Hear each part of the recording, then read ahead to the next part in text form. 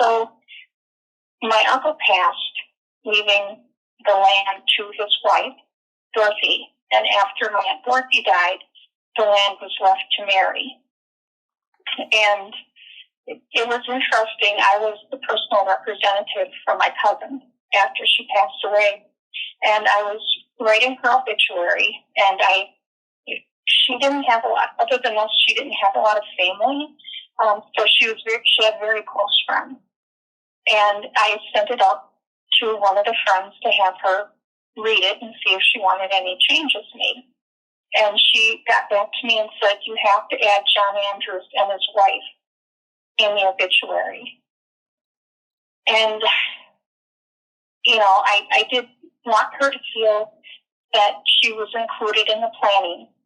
And I wasn't crazy about the idea, and I knew my siblings wouldn't be happy with it either.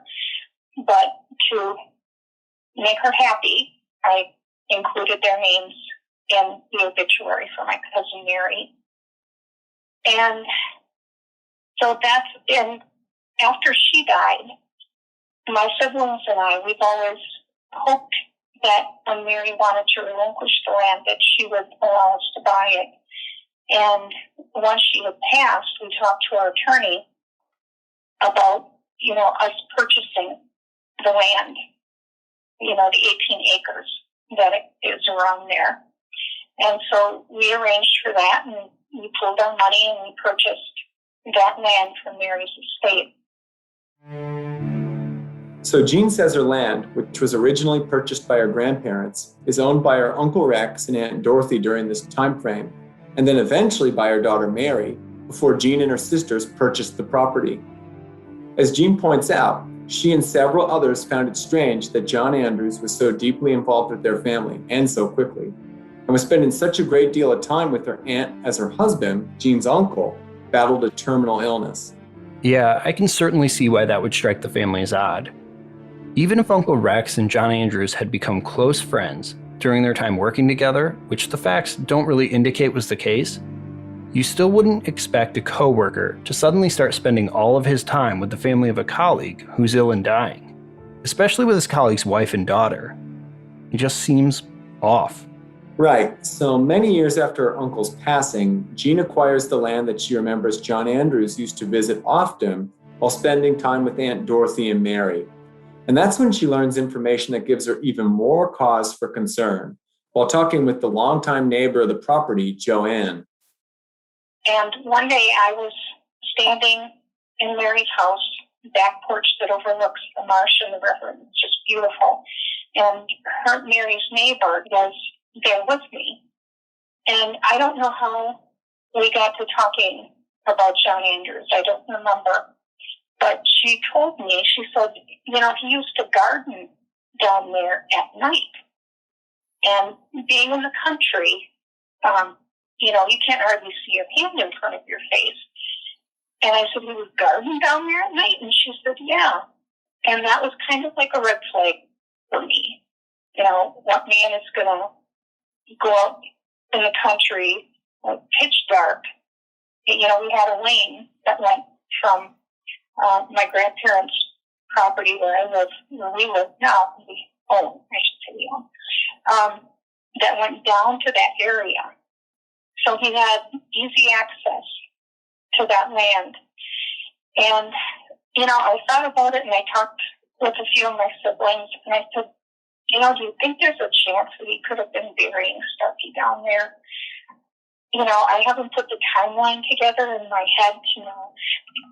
The night that Starkey was murdered, Mr. Andrews was in Omro. And, so you kind of start wondering about all of these things. And so I called the Neenah police, and they put me through to Lieutenant Peterson. And he asked me if I would come in and talk with him about it. So I did. And, he had looked up some on the case, and it took a while because they'd had a couple of murders in Neenah. And then COVID hit, so things slowed down quite a bit. But I said to him, am I kind of nuts thinking that this is suspicious? And he said, no, not at all. So that's kind of how we got connected with the police department in Neenah, because they had jurisdiction at the point of Mr. Swenson's murder. And my siblings and I mean, it's nothing against Mr. Andrews. I mean, he's very old, and it's nothing like that. For us, if there is, if his remains are on our property, we would like them removed and given to his family so they can bury him properly. That was our incentive, to see if there was a chance that Mr. Swenson was actually buried there. This all takes place, Jean contacting and speaking with law enforcement, recently. It's new information in this case. But it's also not the first time the police became aware of the property Jean now owns. Yeah, that's right. In fact, as part of my involvement with this case and in the search for Starkey Swenson's remains, I was provided a briefing on the history of the case. Of course, the detectives involved in the search today are not the same ones who initially investigated the crime in the 1980s and early 90s, but they do have the notes created by those investigators while they were working to find answers. From that briefing, we learned that the detectives were at least suspicious of John Andrews' connection to the Omro property during the time they were investigating the case. It's unclear whether they had received specific reports or simply were interested in his activity there, but the notes indicate that it was an area of interest in their investigation. We don't know the particular reason for their interest, but the case history shows that investigators sought to search the property Jean now owns in the past, but they were unable to get permission for the search from landowners at the time. I mean, because the police called and tried to talk to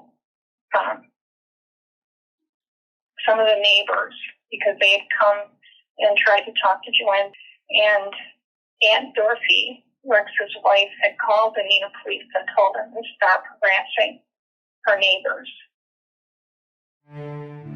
This is really interesting to me since, as we all know, police wouldn't be going around talking to neighbors of a property 25 minutes away from the city where a crime occurred unless they had a pretty good reason to do so. It's also interesting that the records show investigators could not convince the landowners to sign off on a search of the land at the time. This is purely speculation on our part, but it's fair to say that this fact could possibly support a theory that there was some relationship between Jean's family members and Andrews going on, or at least a strong enough bond to drive them to want to protect John Andrews. Right. So Jean learns this new information, new to her at least, about Andrews gardening on the property at night. This is troubling to her, and she reaches out to the police. Her position, contrary to her family members' prior stance on the matter, is that she and her family would now welcome a search of the property. If there is any chance at all, it could provide some answers or resolution for the families involved. As we heard her say, the process of reaching out to the police and relaying all of this information takes some time. They have to dig into a previously closed case after all. But Jean doesn't stop there. In the meantime, she continues to see what can be done to find some answers. Well, one thing, we did have a cadaver dog that he was in training, so he wasn't certified or anything. And they had brought him up there, and he had gotten a hit down in that corner area. And unfortunately, the poor thing died that next summer. So, I mean, the dog found something. Did anybody excavate? No, no. This was just, I mean, after we had purchased the land, it was one of those things. And my great niece, her friend had, I know it's weird, but her friend's grandfather knew someone that had a cadaver dog. And so my brother Jim said, yeah, let's get it up there and see, if there's even a chance he might be up there. And so they brought the dog up, and he did get a hit there. And, my brother and I were talking today about it, and, he said, why don't we get a cadaver dog. I don't know how much it costs, but, you know, and maybe there'd be a chance that we could give them, you know, a good place to start, at least. But I think you're right. I think bringing cadaver dogs out there could be useful. We would have to talk to their handlers about if they would still be useful 35 plus years on. But I have some connections where we could talk to them and try to arrange for some cadaver dogs, probably very early in the search, in addition to the ground penetrating radar.